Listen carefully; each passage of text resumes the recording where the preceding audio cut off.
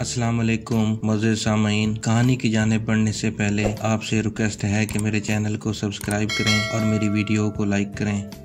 تاجروں کے خاندان کی ایک بیٹی کی شادی ایک ایسے مرد سے ہوئی جو سیر و سیاحت کا بہت شوقین تھا۔ ایک مرتبہ وہ سفر پر روانہ ہوا اور طویل عرصے تک اس کی کوئی خبر نہ آئی۔ اس کی بیوی انتظار اور احساس تنہائی کے ہاتھوں تاجروں کے ایک نوجوان اور خوبرو بیٹے کی محبت میں گرفتار ہو گئی۔ دونوں ایک دوسرے کی محبت کے اسیر تھے۔ ایک دن اس نوجوان کا کسی آدمی سے جھگڑا ہو گیا۔ اس آدمی نے پولیس پر رپورٹ لکھوائی۔ سربراہ پولیس نے اس نوجوان کو گرفتار کر کے جیل میں ڈال دیا۔ جب یہ خبر تاجر کی بیوی یعنی اس نوجوان کی محبوبہ تک پہنچی تو اس نے اپنے سب سے قیمتی کپڑے زیبدان کیے اور غصے میں آگ بگولا سربراہ پولیس کی خدمت میں پہنچی۔ پہلے وہ ادا بجا لائی اور پھر ایک تحریری شکایت پیش کی۔ جس شخص کو قید میں ڈالا گیا ہے وہ میرا عزیز بھائی ہے، وہ بے گناہ ہے، اس کے خلاف جھوٹی شہادت پیش کی گئی ہے اور اسے ناجائز طریقے سے مقید کیا گیا ہے۔ وہ میرے نان و نفقہ کا ذمہ دار ہے اور اس کے بغیر میں لاوارث ہوں، اس لیے میں یہ درخواست کرتی ہوں کہ اسے جلد از جلد رہا کیا جائے۔ جب وہ گزارش والی شہر کی خدمت میں پیش کی گئی تو اس نے ایک نظر عورت پر ڈالی۔ نظر کیا ڈالنا تھا کہ وہ اپنا دل کھو بیٹھا۔ والی شہر نے عورت سے کہا، تم میرے گھر میں ٹھہرو جب تک ہم اس نوجوان کو قید خانے سے منگوائیں۔ جب وہ آ جائے گا تو ہم اسے تمہارے ہمراہ بھیج دیں گے۔ اس عورت نے کہا، میرا خدا کے علاوہ کوئی نگہبان نہیں ہے، میں ایک اجنبی ہوں اور کسی نامحرم کے گھر داخل نہیں ہوتی۔ والی شہر بولا، جب تک میرے گھر نہیں جاؤ گی میں اس مرد کو رہا نہیں کر سکتا، ہمارا تنہائی میں ملنا بہت ضروری ہے۔ وہ عورت جو والی کا درپردہ پیغام سمجھ رہی تھی بولی، اگر ایسی ہی بات ہے تو آپ میرے گھر کیوں تشریف نہیں لاتے؟ وہاں آپ آرام بھی کر لیں گے اور ہم گفتگو کے لیے وقت بھی نکال لیں گے۔ تمہارا گھر کہاں ہے؟ والی شہر فوراً بولا۔ اس عورت نے اپنے گھر کا پتہ دیا، وقت کا تعین کیا اور بڑی بے نیازی سے آگے بڑھ گئی۔ اس کے بعد وہ قاضی شہر کے پاس پہنچی اور کہنے لگی، اے قاضی ہمارے نگہباں، کیا بات ہے؟ قاضی نے پوچھا، اگر آپ میرے بارے میں انصاف کریں گے تو خدا آپ کو اجر عظیم بخشے گا۔ تمہارے ساتھ کس نے ناانصافی کی ہے؟ میرا ایک بھائی ہے جو معصوم ہے، اسے والی شہر نے سربراہ پولیس کے کہنے پر جیل میں ڈال دیا ہے، اس کے خلاف جھوٹی شہادتیں پیش کی ہیں، میری آپ سے درخواست ہے کہ اسے رہا کرنے میں مدد کریں۔ جب قاضی نے اس عورت کے حسن کو دیکھا تو بس دیکھتا ہی رہ گیا، اس کو اپنے جذبات پر قابو نہ رہا، بولا، تم میرے گھر میں میری ملازماؤں کے پاس انتظار کرو، میں والی شہر کو پیغام بھیج کر تمہارے بھائی کو منگواتا ہوں، تمہاری باتوں نے میرا دل موہ لیا ہے۔ وہ عورت اس مرد کے دل کا بھید بھی جان گئی، بولی، اگر آپ نے کچھ وقت گزارنا ہے تو میرے گھر آئیے جہاں ملازمائیں مخل نہیں ہوں گی اور ہم تخلیہ میں بات کر سکیں گے۔ تمہارا گھر کہاں ہے؟ قاضی فوراً بولا۔ عورت نے اسے اپنے گھر کا پتہ بتایا اور اسے بھی وہی وقت بتایا جو والی شہر کو بتا چکی تھی۔ اس کے بعد وہ وزیر کی خدمت میں پیش ہوئی اور اسے بھی اپنی ابیتی سنائی۔ وزیر نے بھی اس کے حسن کو دیکھ کر ملاقات کا بہانہ تلاش کیا۔ عورت نے اسے بھی اپنے گھر آنے کی دعوت دی اور اسی وقت بلایا جس وقت اس نے باقی لوگوں کو دعوت دی تھی۔ اس کے بعد وہ بادشاہ کی خدمت میں حاضر ہوئی، اپنی رام کہانی سنائی اور نظر کرم کی گزارش کی۔ بادشاہ وقت نے اس کی باتیں سنی تو اس کا دل محبت کے تیروں سے چھلنی ہو گیا۔ بادشاہ نے پوچھا، تمہارے بھائی کو کس نے قید کیا ہے؟ سربراہ پولیس نے، اس نے جواب دیا۔ بادشاہ نے یہ مشورہ دیا کہ وہ اس کے ساتھ محل میں چلے، کچھ دیر استراحت کرے تاکہ وہ قاضی کو پیغام بھجوا کر اس کے بھائی کو رہا کروا سکے۔ عورت بولی، یہ آپ کی ذرا نوازی ہے کہ مجھے محل میں آنے کی دعوت دی، لیکن یہ مجھ پر اور بھی احسان ہوگا اگر آپ ناچیز کے غریب خانے پر تشریف لائیں۔ مجھے امید ہے کہ آپ میری اس درخواست کو رد نہیں کریں گے۔ بادشاہ نے اس کی دعوت قبول کر لی۔ عورت نے بادشاہ کو اپنے گھر کا پتہ بتایا اور اسے بھی اسی وقت بلایا جس وقت اس نے باقی 3 مردوں کو دعوت دی تھی۔ جب وہ عورت بادشاہ سے باتیں کر کے فارغ ہوئی تو ایک ترخان کے پاس گئی اور اس سے ایک ایسی الماری بنانے کی درخواست کی جس کے 4 حصے ہوں، ہر خانہ دوسرے کے اوپر ہو اور علیحدہ سے مکفل ہو سکے۔ پھر اس نے ایسی الماری بنانے کی اجرت پوچھی۔ ترخان بولا، ویسے تو اس کی اجرت 4 دینار ہے، لیکن میں تم سے اتنا متاثر ہوا ہوں، اگر تم مجھ پر مہربان ہو جاؤ تو میں یہ الماری بطور ہدیہ پیش کر دوں گا۔ عورت نے حامی بھر لی اور بولی، لیکن 4 کی بجائے 5 خانے بنانا، اور اسے خاص اس دن لانے کو کہا جس دن سب مہمانوں نے آنا تھا۔ ترخان نے اسے رکنے کو کہا اور تھوڑی ہی دیر میں الماری تیار کر دی۔ عورت اسے لے کر گھر چلی گئی اور ترخان کو بھی اسی دن اسی وقت کی دعوت دے آئی۔ گھر پہنچ کر عورت نے چند کپڑے نکالے اور انہیں مختلف رنگوں میں رنگوا کر سنبھال کر رکھ دیا۔ اس کے بعد اس نے دعوت کے لیے شراب، پھولوں، پھلوں اور عطر کا انتظام کرنا شروع کر दिया। जिस दिन सब मेहमानों ने आना था उस औरत ने अपने कीमती कपड़े ज़ेबदान किए, इतर लगाया, घर में उम्दा कालीन बिछाए और सब मेहमानों की आमद का इंतजार करने लगी। इत्तफाक से सबसे पहले काजी नमूदार हुआ। औरत ने उसे बड़े एहतराम से खुश आमदीद कहा, कदम बोसी के लिए रुकी और उसे हाथ से पकड़कर सोफे पर बिठा दिया। फिर वो उसके पहलू में लेट कर अटकेलियां करने लगी। फिर वो बोली, आप अपने कपड़े और पगड़ी उतार कर सुकून से बैठिए, मैं आपके लिए कुछ खाने पीने का सामान लाती हूँ, और उसे रंगीन कपड़े दे दिए। काजी ने अभी औरत के दिए हुए रंगीन कपड़े पहने ही थे कि किसी ने दरवाजे पर दस्तक दी। काजी ने पूछा, दरवाजे पर कौन है? मेरा शोहर, औरत बोली। काजी के हाथ पांव फूल गए। मैं कहाँ जाऊँ और क्या करूँ? काजी बोला। फिक्र ना करो, औरत बोली, मैं तुम्हें इस अलमारी में छुपा दूंगी, जो मुनासिब समझो करो। काजी बुखलाया हुआ था। औरत ने काजी का हाथ पकड़ा, उसे अलमारी के सबसे निचले खाने में धकेला और मुकफ्फल कर दिया। फिर वो दरवाजे तक गई, देखा वाली ये शहर था। वो कदम बोसी के लिए झुकी और उसे बड़े प्रेम से अंदर ले आई। फिर वो उसके करीब बैठकर बोली, हजूरे वाला, इसे अपना ही घर समझिए और बड़े सुकून से सारा दिन यहाँ गुजारिए। मैं आपकी खिदमत के लिए हाजिर हूँ। मैं आपको ये रंगीन कपड़े देती हूँ ताकि आप इस्तिराहत कर सकें।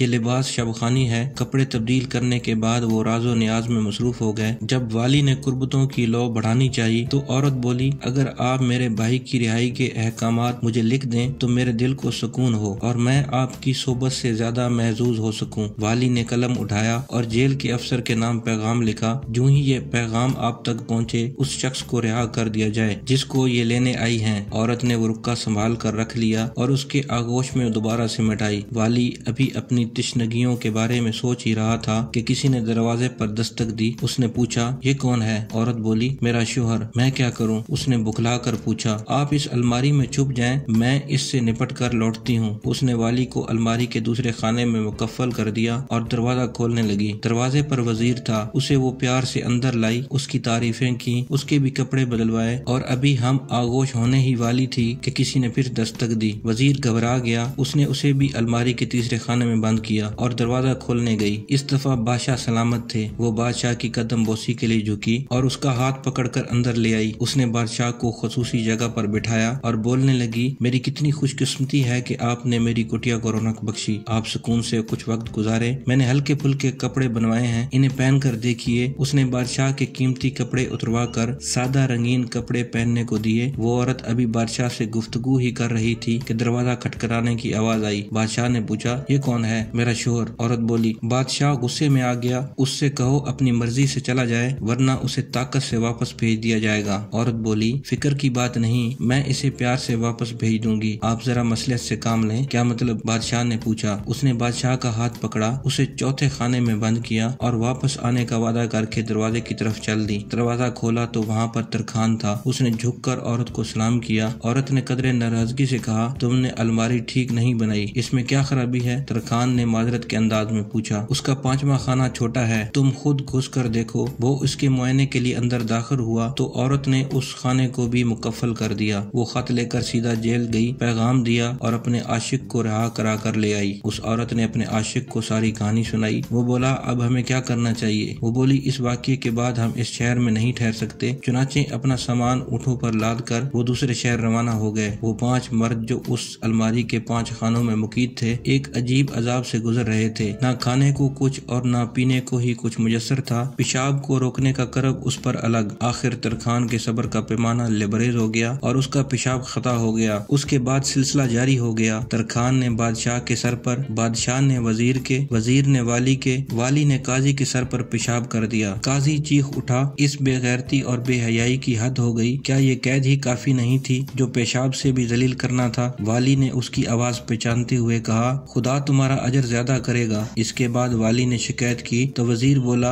अल्लाह तुम्हें इस सब्र की जजा देगा। जब वजीर ने वावेला मचाना शुरू किया तो बादशाह ने उसकी आवाज पहचान ली लेकिन अपनी इज्जत का ख्याल रखते हुए खामोश रहा। अचानक वजीर बोला, खुदा इस औरत पर लानत भेजे, उसने बादशाह के अलावा सब के सब अफसरान बाला को इस मुसीबत में डाला है। ये सुनना था कि बादशाह बोला, फिक्र ना करो, मैं सबसे पहले इस कतामा के जाल में फंसा हूँ। ये सुनते ही तरखान बोला, मैंने तो इसके लिए ये अलमारी बनाई थी और मैं ही इसमें मुकीद हूँ। इसके बाद वो सब एक दूसरे से बातें करने लगे। जब हमसायों ने उस घर को वीरान देखा तो जमा हो गए। एक बोला, यहाँ एक औरत रहा करती थी, न जाने उसे क्या हुआ, हमें दरवाजा तोड़कर अंदर जाना चाहिए। इससे बेशतर के काजी या बादशाह हमें लापरवाही के इल्जाम में धर लें। चुनाचे वो दरवाजा तोड़कर कर अंदर दाखिल हुए। उन्होंने एक बहुत बड़ी लकड़ी की अलमारी देखी और इंसानों की भूख से कराने की आवाजें सुनी। उनमें से एक बोला, क्या इस अलमारी में भूत प्रीत है? दूसरे ने कहा, हमें इस अलमारी को जला देना चाहिए। काजी ने ये सुना तो चीखा, ऐसा हरगिज न करना। एक ने कहा, मैं कहता था इसमें जिन हैं जो इंसानों की ज़बान में बातें करते हैं। ये सुनना था कि काजी ने पहले तिलावत कुरान करीम की और उसके बाद हमसायों को अलमारी के करीब आने की दावत दी। जब वो करीब आए तो वो बोला,